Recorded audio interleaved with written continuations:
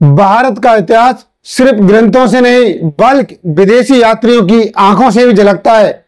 दुनिया भर से आए ये विदेशी यात्री यहाँ की संस्कृति, राजनीति, समाज और धर्म का वर्णन करके भारत के इतिहास को जीवंत बना गए। तो आइए जानते हैं उन प्रसिद्ध यात्रियों के बारे में जिन्होंने भारत की यात्रा पर आए और हमें एक नई दृष्टि दी। नमस्कार, मैं जितेंद्र सिंह, आपके अपने YouTube चैनल दिव्य दृष्टि साइंटिफिक व्यू स्टडी पर आपका स्वागत है। इस वीडियो में आज हम सदियों से छुपे हुए उन रहस्यों को उजागर करने वाले हैं जिनका रहस्य विदेशी यात्रियों ने कलम से उतारकर भारत के प्राचीन इतिहास को जानने का एक मूल स्रोत बन गए। हेरोडोटस यूनानी इतिहासकार थे जिन्हें इतिहास का जनक कहा जाता है। उन्होंने अपनी प्रसिद्ध पुस्तक हिस्टोरिका में भारत का उल्लेख किया।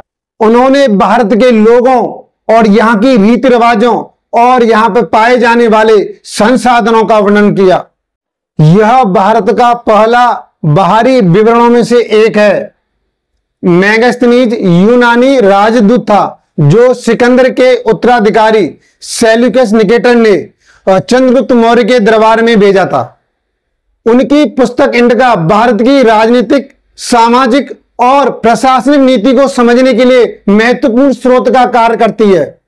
पेरिप्लस ऑफ द इरिथ्रियन सी यह ग्रीक व्यापारियों का ग्रंथ है जिसमें भारत और रोमन साम्राज्य के बीच हो रहे समुद्री व्यापार का जिक्र मिलता है।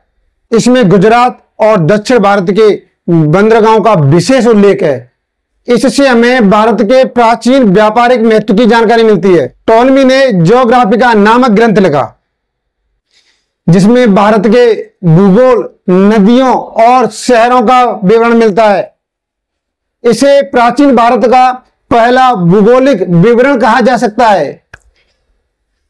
प्लिनी रोमन विद्वान थे। उन्होंने नेचुरल हिस्टोरिका में भारत की वनस्पति, खनिज और प्राकृतिक संसाधनों का उल्लेख किया।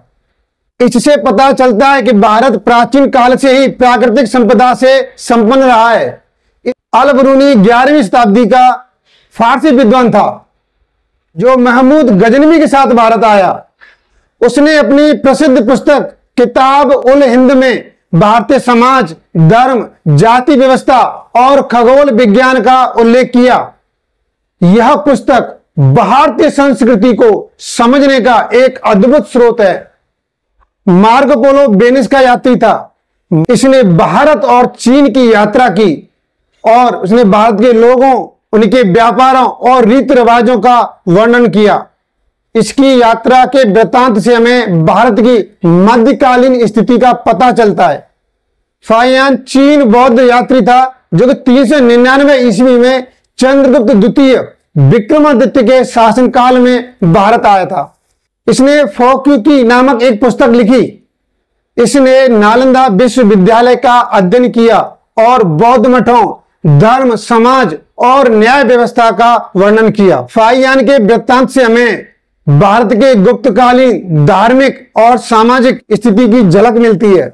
सेयुगन चीन बौद्ध यात्री था जो कि 518 ईस्वी में भारत आया। इसने 3 साल तक बौद्ध धर्म की प्रतियां एकत्रित की। हेवेनसांग भी एक चीनी यात्री था जो कि 629 ईस्वी में हर्षवर्धन के शासनकाल में भारत पहुंचा। इसने सीक्यूकी नामक एक ग्रंथ लिखा। इसने नालंदा विश्वविद्यालय, बौद्ध धर्म, शिक्षा प्रणाली और भारतीय समाज का विस्तृत उल्लेख किया। इसने नालंदा विश्वविद्यालय में अध्ययन और अध्यापन दोनों किया। हेवेनसांग को यात्रियों के राजकुमार के नाम से भी जाना जाता है। इत्सिंग एक चीनी यात्री था जो कि 633 ईस्वी में भारत आया और बौद्ध धर्म के त्रिपिटक की 400 कॉपियां अपने साथ लेकर चला गया। इब्न बतूता यह मोरक्को का रहने वाला था और 700 किलोमीटर की यात्रा करके मोहम्मद बिन तुगलक के दरबार में आया था।